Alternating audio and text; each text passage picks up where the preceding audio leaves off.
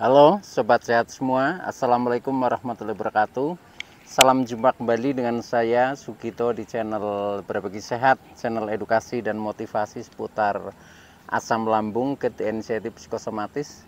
Berdasarkan pengalaman saya sebagai orang yang pernah mengalami gangguan asam lambung, inisiatif psikosomatis. Harapan saya khususnya kepada teman-teman yang masih dalam gangguan asam lambung, inisiatif psikosomatis, setelah menonton video ini akan dapat tersugesti dan termotivasi untuk dapat cepat sembuh. Saya bisa sembuh, insya Allah teman-teman pasti juga bisa sembuh, badai pasti berlalu. Baiklah teman-teman, pada kesempatan kali ini saya akan berbagi seputar asam lambung, inisiatif psikosomatis dengan topik keluhan asam lambung, inisiatif psikosomatis terjawab di sini. Baiklah teman-teman ya, sebelum saya lanjutkan, tolong yang belum subscribe channel ini, klik subscribe dan loncengnya, supaya teman-teman tidak ketinggalan konten video-video berikutnya. Dan jika suka, klik like, selalu bagikan ke sosial media teman-teman. Semoga bermanfaat buat kita semua. Baik, kita lanjutkan, jadi topik kita kali ini ya, keluhan asam lambung, inisiatif psikosomatis terjawab di sini. Ini juga sebagai jawaban ya, jawaban dari beberapa komentar teman-teman ya yang ada di kolom komentar. Nah ini kebetulan saya sempatkan ya, ini sedang berada di luar rumah. Nah ini saya sempatkan untuk menjawab komen-komen yang ada di video, terutama video terbaru. Nah untuk itu tolong ya simak video ini sampai dengan selesai supaya tidak gagal paham, dan alangkah baiknya jika teman-teman juga menonton ya video-video saya yang lain, karena di setiap video itu saling berhubungan, saling melengkapi ya, sehingga pemahaman kita tentang seputaran gangguan ini jauh menjadi lebih komplit. Nah dengan komplitnya referensi yang kita pahami, maka akan mempermudah kita untuk berikhtiar secara holistik keluar dari gangguan asam lambung, inisiatif psikosomatik hingga membaik ya, bahkan sembuh total. Nah teman-teman semua, langsung saja ya kepada pokok permasalahan kita, yaitu tentang beberapa keluhan ya yang khususnya ditanyakan oleh teman-teman pada video yang terbaru yang kemarin ya. Nah ini saya ingin mencoba menjawabnya. Yang pertama ini dari yang punya akun Jahid ya. Jahid, Assalamualaikum Pak. Telinga saya berdenging, itu bisa gara-gara asam lambung ya? Yang lain ada juga gak yang memiliki sensasi seperti ini? Nah ini pertanyaan dari saudara Jahid ya. Jadi tentang telinga berdenging, ini apakah efek dari asam lambung ya? Asam lambung, inisiatif psikosomatis maksudnya. Saya jawab iya betul ya, karena saya juga pernah mengalami sensasi-sensasi seperti itu ya, di mana telinga sering berdenging. Bahkan itu tidak hanya disebabkan dari asam lambung ya, tetapi ketika kita kadang sering makan obat ya, apalagi itu mungkin dosisnya agak tinggi, itu juga seperti itu, kadang telinga menjadi berdenging gitu. Atau bisa juga di saat kita mengalami psikosomatis dan anxiety-nya ya, kecemasannya tinggi, ketakutannya tinggi ya. Nah pikiran negatif itu juga kadang sama seperti itu, telinga berdenging. Jadi artinya itu bisa disebabkan dari beberapa hal ya. Yang pertama bisa dari pengaruh asam lambung, yang kedua bisa dari kecemasan, ketakutan, kemudian pikiran negatif ya atau psikosomatik itu juga bisa menyebabkan menjadi telinga berdenging, atau efek obat ya. Efek obat ketika kita makan obat agak sering ya, jangka waktu yang lama, kemudian dosisnya agak tinggi, itu biasanya juga berdenging. Nah tetapi yang lebih penting adalah kita tenang ya. Jadi tenangkan dulu, kemudian pastikan sebab apa yang kira-kira itu menyebabkan seperti itu. Nah kemudian solusinya ya kita ubah ya, kita ubah. Contohnya ketika telinga berdenging itu disebabkan oleh karena asam lambungnya yang sering tidak normal, nah berarti kita harus normalkan itu asam lambungnya. Nah, caranya bagaimana? Caranya ya bisa misalkan dengan bantuan obat dokter ya, atau bisa juga dengan pola contohnya menjaga 5P-nya ya, pola makannya baik, pola hidupnya baik, pola pikirnya baik, pola perilakunya baik, pola spiritualnya baik, itu insya Allah juga akan menenangkan dan akhirnya efeknya asam lambung kita menjadi normal kembali. Nah, ketika sudah normal kembali ya sudah, telinga netral kembali, tidak berdenging, atau artinya kita sudah menjadi sembuh ya dengan kita menerapkan metode-metode itu. Nah, tetapi permasalahannya ketika itu faktornya bukan itu ya. Contohnya faktornya mungkin dari pengaruh kecemasan, dari pengaruh pikiran negatif. Nah, itu pun harus kita rilis ya. Kalau memang dari pengaruh anxiety dan psikosomatiknya, nah berarti itu yang harus kita rilis ya. Bagaimana caranya supaya menjadi normal kembali ya, tentunya kita harus mengembalikan ya, contohnya anxiety itu juga menjadi normal ya. Pasti ya, semua orang itu memang memiliki kecemasan ya, tetapi dalam hal ini adalah kecemasan yang normal, yang tidak berlebihan ya. Nah, kemudian juga punya pikiran yang kadang positif, kadang negatif. Nah, itu ya wajar, tetapi jangan berlebihan. Nah, pada saat kita mengalami gangguan ini ya, itu biasanya pikiran itu selalu ya, selalu negatif. Nah, itu yang harus dikendalikan ya. Nah, maka dari itu bagaimana caranya supaya contohnya kita menjadi berkurang kecemasannya, menjadi pikiran bisa positif, itu banyak cara ya, banyak cara.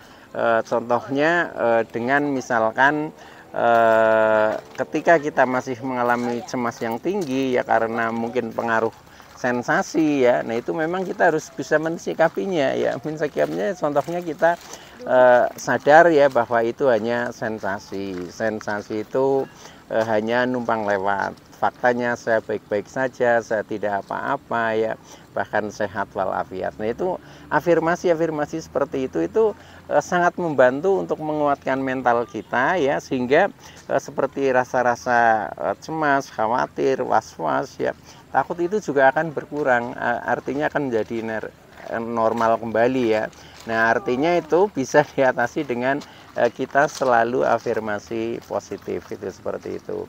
Nah, lain halnya ketika itu dari pikiran kita yang selalu negatif. Nah, ini memang harus kita ubah ya, supaya mindset pikiran kita itu selalu positif. Nah, itu caranya bagaimana? Nah, caranya ya, awali saja dengan syukur ketika kita mau istilahnya mensikapi segala sesuatu ya. Contohnya ketika kepala kita berat, sering pusing-pusing, sering keliengan, biasanya pikiran negatif itu ini berkhayalnya yang bukan-bukan ya, yang menakutkan ya. Contohnya, wah jangan-jangan terkena kanker otak misalkan, seperti itu ya.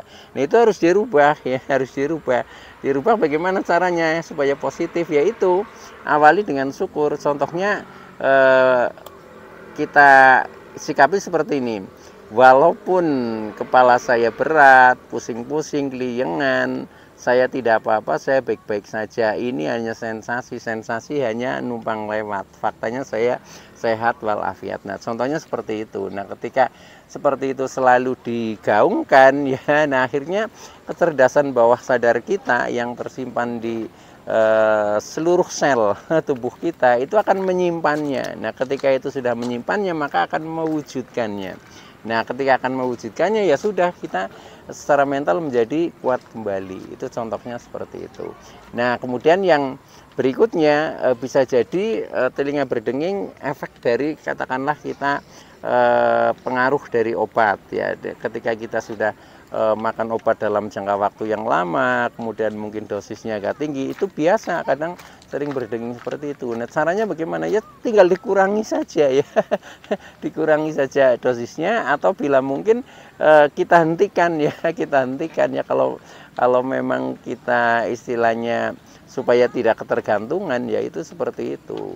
Atau mungkin ya kita konsultasikan dulu ya, kalau itu memang pengaruhnya obat, kita konsultasikan ke dokter untuk memastikan bagaimana caranya mengurangi agar telinga menjadi tidak berdenging. Nah, itu solusi. Jadi intinya ya, setiap ada sensasi memang kita harus berusaha ya, berusaha untuk mencari jalan keluar atau solusi, dan itu pasti bisa ya, pasti bisa. Bahkan dengan cara kita sendiri ya, karena kita paham sebab-sebab itu ya, kita kemudian berusaha untuk merubah dari dalam ya, artinya dari diri kita sendiri, itu pasti juga pada akhirnya akan membaik ya. Yang penting kita itu tenang ya, kemudian kita sikapi dengan bijak ya, akhirnya semuanya itu akan terselesaikan ya, bahkan kita akan terlepas dari gangguan ini semua. Maka buat teman-teman yang masih mengalami sensasi seperti itu ya, kecemasannya masih tinggi, telinga berdenging dan seterusnya, termasuk kadang mata buram, mata bergelombang ya, mata berkunang-kunang, itu sebenarnya ada hubungannya sama seperti itu ya. Jadi mungkin solusinya juga hampir sama. Maka jangan istilahnya malas ya, kita terapkan saja dengan metode-metode seperti itu. Contohnya menjaga 5P ya, ditambah mungkin tip-tip yang lain seperti yang biasa saya sharingkan di video-video yang lalu ya, sebelum ini. Itu insya Allah semuanya akan baik-baik saja. Karena apa? Karena saya sendiri sudah mengalami seperti itu, teman-teman ya. Nah, baik ya, itu dari pertanyaan yang pertama ya. Kemudian yang kedua, ini banyak sekali ya yang komen ya. Ini saya pilih-pilih saja ya. Nah, ini dari Mas Yudi Rubianto, ini di Tegal, Jawa Tengah ya. Waalaikumsalam warahmatullahi wabarakatuh. Ya, ini selalu menjawab salam ya, salam. Nah, ini baik sekali ya, karena apa? Dengan kita menjawab salam, artinya kita sudah menabur energi positif ya, energi positif. Salam itu kan bentuk selamat, keselamatan ya, yang selalu kita sampaikan, kita doakan. Nah, pada akhirnya akan kembali kepada diri kita sendiri ya, sehingga mudah-mudahan untuk Mas Yudi Rubianto ya di Tegal, Jawa Tengah ini menjadi semakin sehat ya, semakin kuat, semakin damai, semakin bahagia, dan akhirnya menuju ke sembuh total. Amin ya. Nah, kemudian berikutnya ini dari Iman Teguh ya.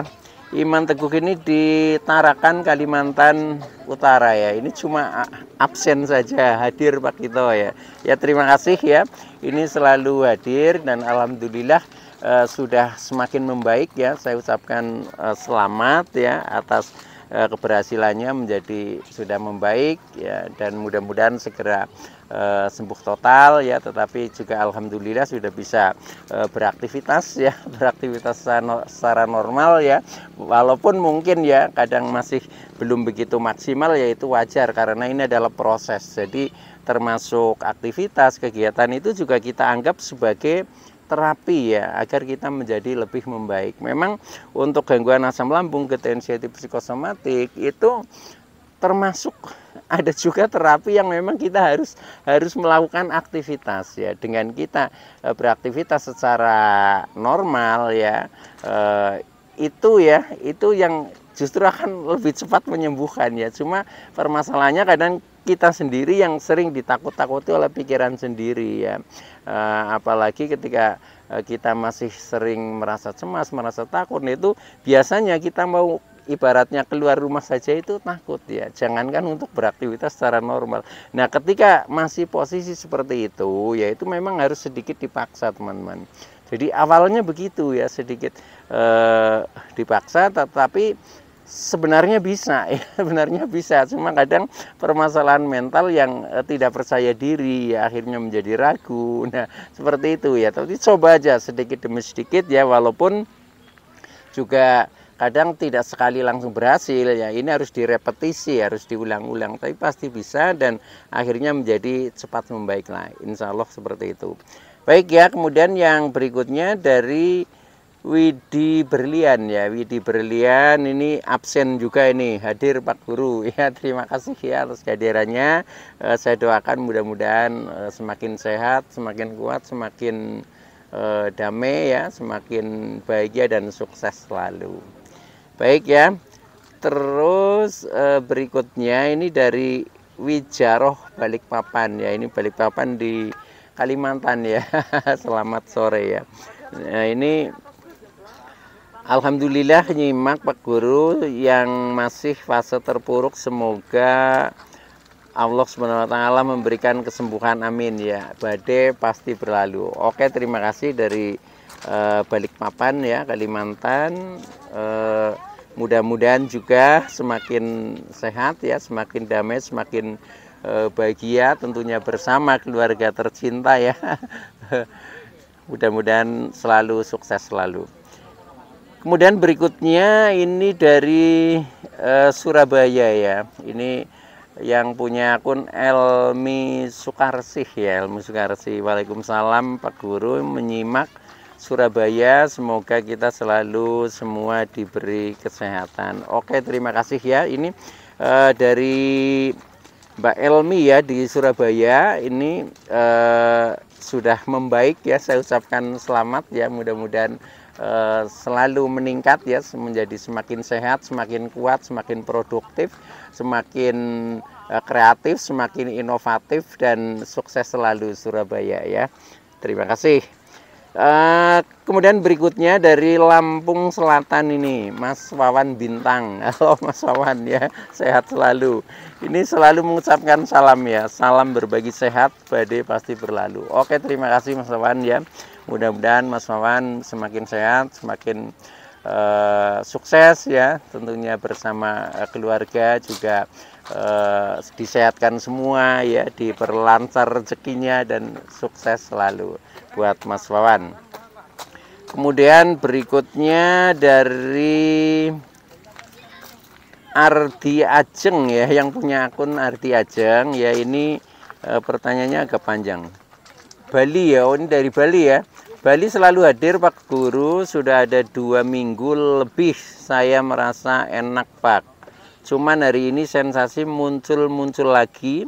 Saya coba abaikan, pengen sembuh total, badai pasti berlalu. Oke ya, buat Mas Ardi Ajeng ya di Bali ya. Caranya memang seperti itu. Walaupun kita kadang sensasi masih selalu muncul ya, tetapi kita harus bisa mensikapinya dengan bijak ya. Contohnya kita harus bisa cuek ya, bisa masa bodoh. Kemudian itu juga bisa kita lawan contohnya dengan afirmasi positif agar mental kita menjadi semakin kuat. Atau bisa juga kita terima ya, kita terima dengan ikhlas ya, dengan tulus, dan akhirnya kita pasrah kepada yang Maha Kuasa ya. Itu juga akan membaik juga ya. Jadi intinya ketika sensasi itu masih ada, itu memang kita harus paham bagaimana cara mensikapinya ya. Karena sensasi itu sebenarnya adalah bahasa tubuh ya. Bahasa tubuh yang mengisyaratkan kepada kita bahwa tubuh ini ada sedikit masalah atau sedang tidak baik-baik saja. Makanya bisa langkah pertama itu memang kita harus komunikasi dengan tubuh kita ya. Contohnya kita terima kasih ya sudah memberikan isyarat, memberikan kode melalui rasa ya, sensasi. Kemudian maafkan saya ya, karena mungkin karena dari tindakan kita sendiri sehingga tubuh menjadi kurang baik ya. Dan katakan saya mencintaimu. Jadi saya sebagai jiwa ya, itu mencintai tubuh kita sendiri. Nah, kemudian kita ajak ya, mulai hari ini dan seterusnya, misalkan sensasi menghilang. Nah, dengan seperti itu nanti akan direspon oleh tubuh ya, itu seperti itu. Jadi kita biasakan tubuh itu kita ajak berkomunikasi teman-teman ya. Dengan seperti itu nanti kecerdasan bawah sadar itu akan menangkapnya dan akhirnya akan merubah. Nah, itu termasuk bagian daripada self healing ya. Sebenarnya tubuh itu bisa menyembuhkan sendiri asalkan tidak diganggu, yang pertama ya. Yang kedua, asalkan dikomando ya. Tidak diganggu, contohnya diganggu oleh ego-ego kita ya, oleh emosi kita ya, itu yang kadang mengganggu ya. Ketika kita ingin cepat sembuh oleh dirinya sendiri, tetapi pikiran kita masih negatif, ego kita juga masih tinggi ya, nah itu masih mengganggu, kadang menjadi stuck ya, menjadi tidak berjalan proses penyembuhan itu seperti itu. Tetapi kalau kita berusaha ini memahami ya, insya Allah itu sebenarnya tubuh itu memiliki keajaiban ya, jadi yang namanya keajaiban metafisik ya, jadi kecerdasan bawah sadar yang tersimpan di dalam seluruh sel tubuh kita itu akan bekerja untuk menyembuhkan dirinya sendiri, teman-teman. Ya, untuk itu maka kita harus istilahnya positive thinking lah ya, positive thinking, selalu istilahnya berusaha berpikir positif. Nah, nanti maka tubuh akan bekerja dengan sendirinya. Ini bagian daripada self healing ya.